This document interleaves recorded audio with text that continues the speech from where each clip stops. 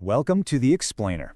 Okay, if you're in the nonprofit world, you know this feeling all too well. You are driven by this incredible mission, but there's always this constant pressure to prove your impact.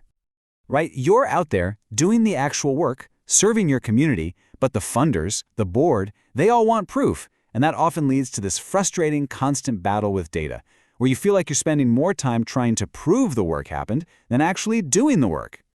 And this isn't just a feeling, it's a reality. Get this, most data teams spend a staggering 80% of their time just cleaning and organizing messy, fragmented data. 80%? That's not time spent finding game-changing insights, it's just data janitor work. So let's dig into this. Why is this such a common problem? Well, it's because so many of the traditional ways we measure things treat data like a chore. You know, a box you have to check for compliance, instead of what it really is, a powerful tool for learning. I mean, think about it. You've got your survey results sitting in one system, your case notes are somewhere else entirely, and all your key demographic info is on some spreadsheet.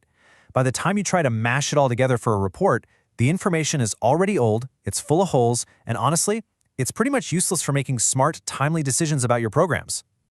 So what's the solution? How do we fix this? Well, it all starts with a really simple but incredibly powerful shift in your mindset. It's about understanding the huge difference between what you do and the difference you make. First up, you've got outputs. Now, these are the easy things to count, right? The tangible results of your work. How many workshops did we run? How many meals did we serve? They're straightforward and they prove that you were busy, that you did the work. But then you have outcomes, and this is where the magic happens. These are the actual real-world changes that people experience because of what you did. Did they gain a new skill? Did their behavior change? Outcomes answer the most important question of all. So what? They prove that the work actually mattered. And this table just lays it all out perfectly. Look at this journey. You can stop at the output. 100 people finished our course. Okay, great. But the real story is in the outcomes. That training led to increased self-esteem, which led to more job interviews, which ultimately led to half of them getting a stable job. See that? That's a story of real impact. That's the difference between saying you did something and proving it worked. Okay, so that all sounds great in theory, but how do you actually do it? Especially if you don't have a big budget or a data scientist on staff. Well, that's where this practical 3-step blueprint comes in.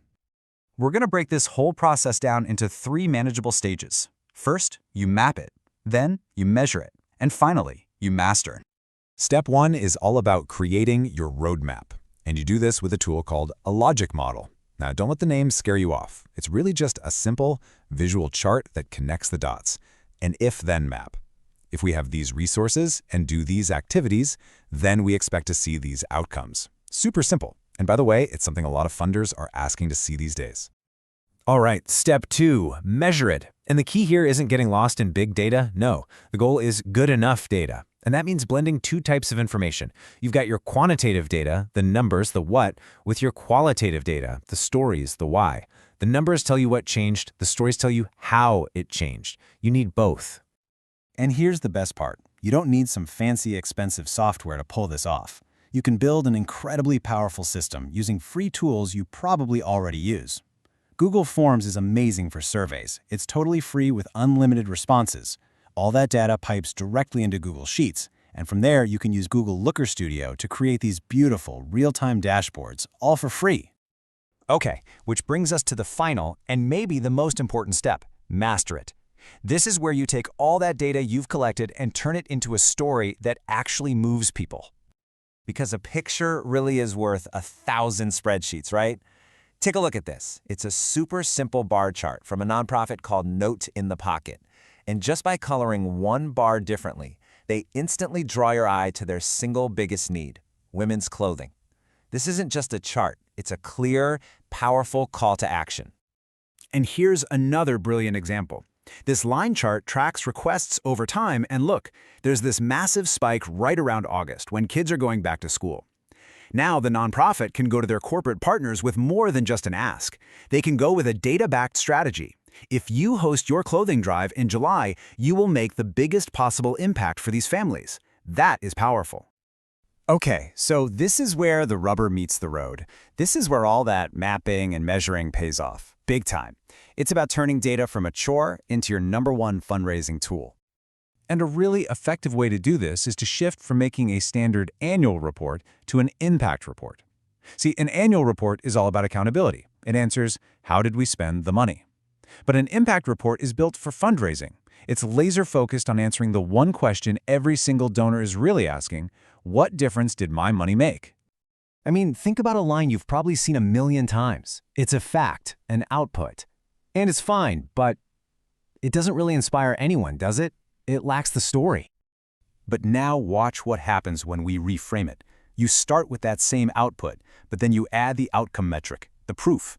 Then you bring it to life with a real human story, from a real person like Jane.